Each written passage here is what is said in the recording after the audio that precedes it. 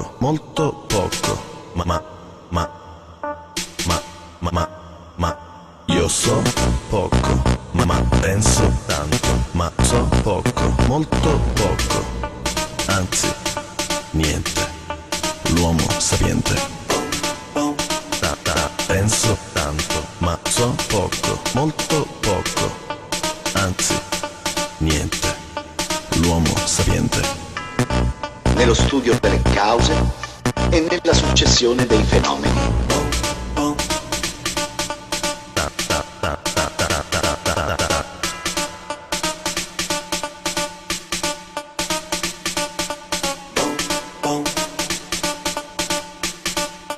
L'uomo sapiente.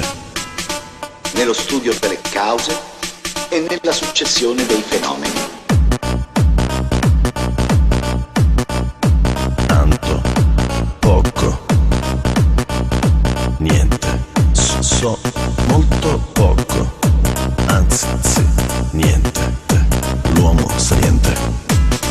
Nello studio delle cause e nella successione dei fenomeni. L'uomo sapiente è vino. L'uomo vino è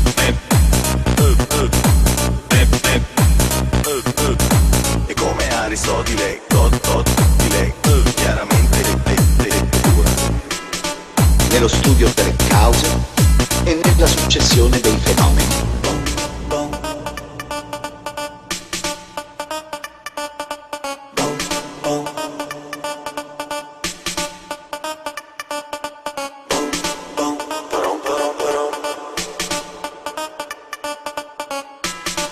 Nello studio delle cause e nella successione dei fenomeni.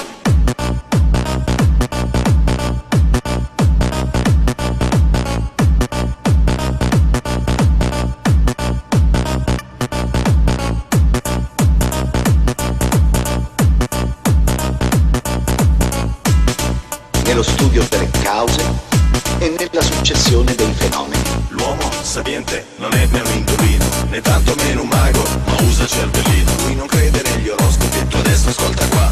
Lui ama solamente la concreta verità.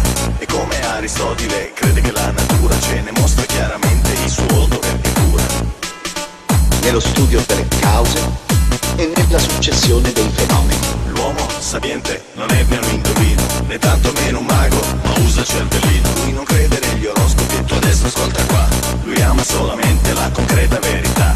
E come Aristotele crede che la natura ce ne mostra chiaramente il suo volto perché cura. Nello studio delle cause e nella successione dei fenomeni.